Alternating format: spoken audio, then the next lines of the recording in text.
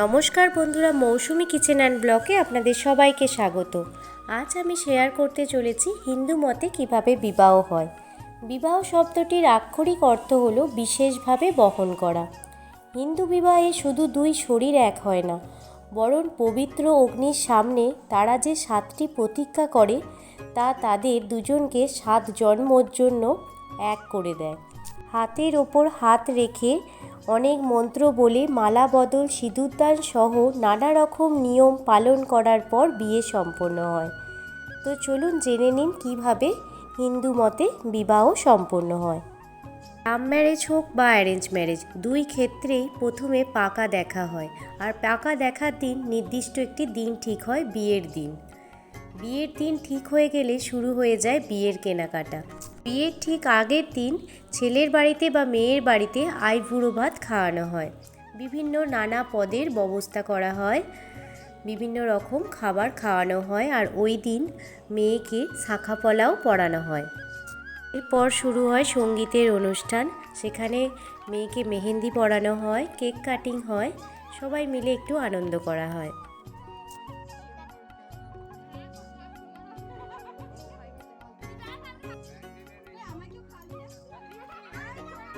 আর এখানে বলে রাখি, এখানে যে কনে সে হলো আমার মেয়ের টিচার। সে আমার মেয়েকে আগে পড়াতো, আর খুবই ভালো মেয়ে সে। তার নাম সুনিতা। এর পরের দিন ভোরবেলা শুরু হয় দধি মঙ্গল।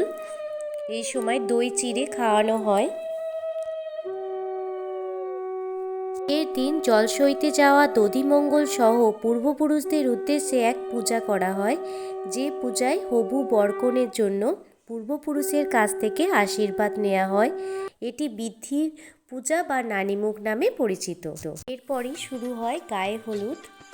তিল বাটায় হলুদ আর সর্ষের তেল একসঙ্গে বেটে সেটা প্রথমে ছেলের গায়েতে মাখিয়ে ছেলের গায়ের হলুদ মেয়ের বাড়িতে আসে, আর ছেলের গায়ে ছোঁয়ানো হলুদ মেয়েকে লাগানো হয়।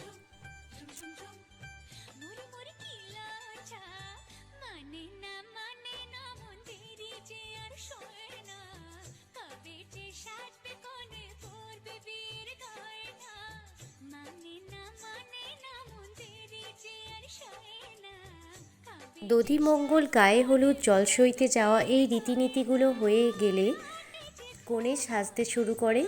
আর বড় ওখানে নিজের বাড়িতে সাজতে শুরু করে। বউকে আনবে, এবার বউয়ের বাড়িতে আসে গাড়ি করে। বউয়ের বাড়িতে এসে পৌঁছায় প্রায় বিকেলবেলা, না হলে সন্ধ্যাবেলায়। আর কনের পক্ষ থেকে কেউ একজন গিয়ে বরকে নিয়ে আসে।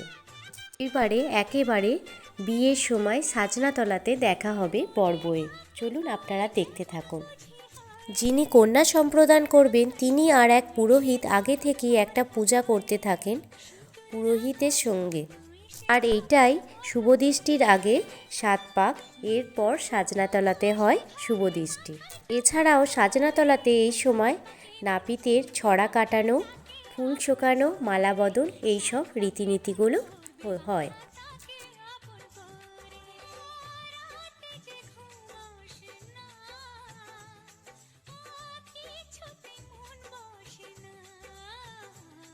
বউ মুখের পান পাতা সরিয়ে বর আর বউয়ের মধ্যে হয় শুভদৃষ্টি।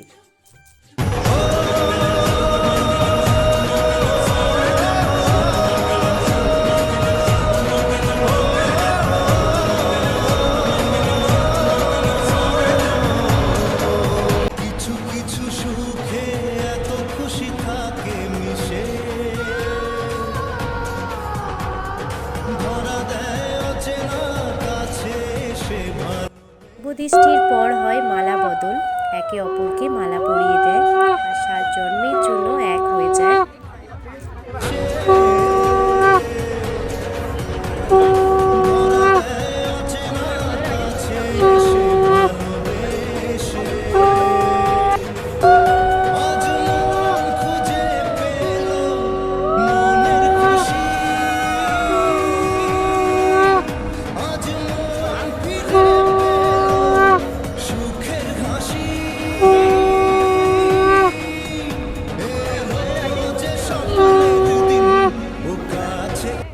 বেলা বদলের পর হয় কুসুম ডিঙি, আমরা যেটা বলি খই পোড়ানো। এখানে বর আর বউ দুজনে একসঙ্গে দাঁড়িয়ে খই পোড়ায় আর বিভিন্ন মন্ত্র উচ্চারণ করে।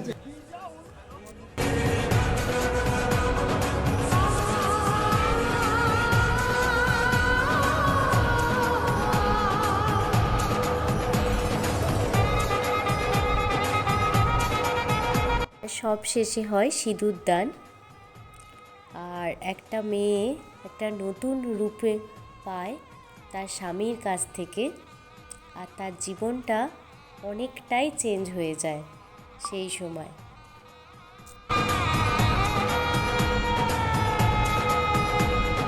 কত কথা বলে দু চোখের দুটি তারা, বিয়ে সম্পন্ন হয়ে গেলে মেয়ের বাড়িতে মেয়ের মায়েরা বা জেঠিমারা বর আর বউকে আশীর্বাদ করেন বা বরণ করেন। পর বিয়ে সম্পন্ন হয়ে যায়, আর বিয়ে সম্পন্ন হলে খাওয়া দাওয়া করে সেদিন বর কনে মেয়ের বাড়িতে থাকে। এর পরের দিন মেয়ে চলে যায় শ্বশুর বাড়ি। এই মুহূর্তটা খুবই কষ্টের, যখন একটা মেয়ে তার বাবার বাড়ি থেকে তার শ্বশুর বাড়িতে যায়। সেই কষ্ট একমাত্র একটা বিবাহিত মেয়ে সেই কষ্টটা বুঝতে পারবে, আর হয়তো কেউ সেই কষ্টটা বুঝতে পারবে না।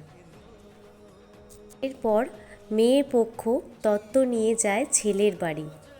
সেদিন হয় বউ ভাত বা ফুলশয্যা।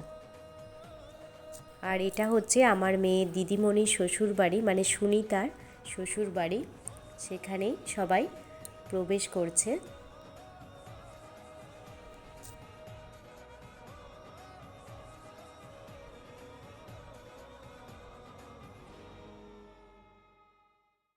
এখানে সুনিতাকেও খুব সুন্দর করে সাজিয়েছে, আর সবাই খুব ভালো।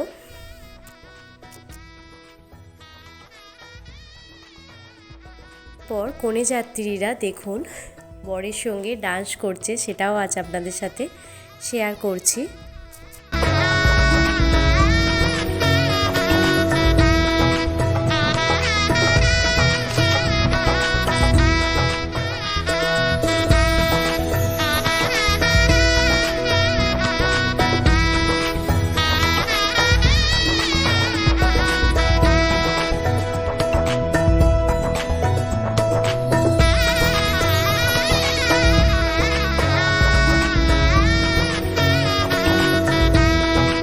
আর দুইজনকে কেমন লাগছে আপনারা অবশ্যই কমেন্ট করে বলবেন, আর ওদের আশীর্বাদ করবেন ওরা সারা জীবন যাতে একসাথে খুব ভালো থাকে, সুস্থ থাকে।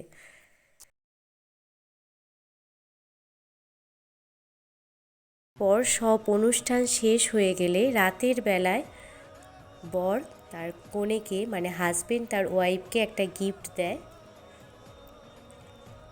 তার সঙ্গে হয় আবারও মালা বদল, আর এরপর হয় ফুলশয্যা। আপনাদের আমি যতটুকু জানি হিন্দু বিবাহের নিয়মকানুন ততটুকুই আপনাদের সাথে শেয়ার করলাম। কিছু ভুল ত্রুটি হলে অবশ্যই আমাকে ক্ষমা করে দেবেন। আমি জানি যে আরও কিছু নিয়মকানুন আছে, যেটুকু আমি জানি, যেটুকু সবার কাছ থেকে জেনেছি সেটুকুই আপনাদের সঙ্গে শেয়ার করলাম। যদি ভিডিওটা ভালো লেগে থাকে প্লিজ একটা লাইক, কমেন্ট, শেয়ার করবেন। নতুন বন্ধু আমার চ্যানেলে ভিজিট করে থাকলে প্লিজ চ্যানেলটা সাবস্ক্রাইব করে আমার পাশে থাকবেন। ভালো থাকবেন, সুস্থ থাকবেন, সাবধানে থাকবেন। আবারও কোনো দিন অন্য কোনো ভিডিও নিয়ে আপনাদের সামনে হাজির হব। ধন্যবাদ।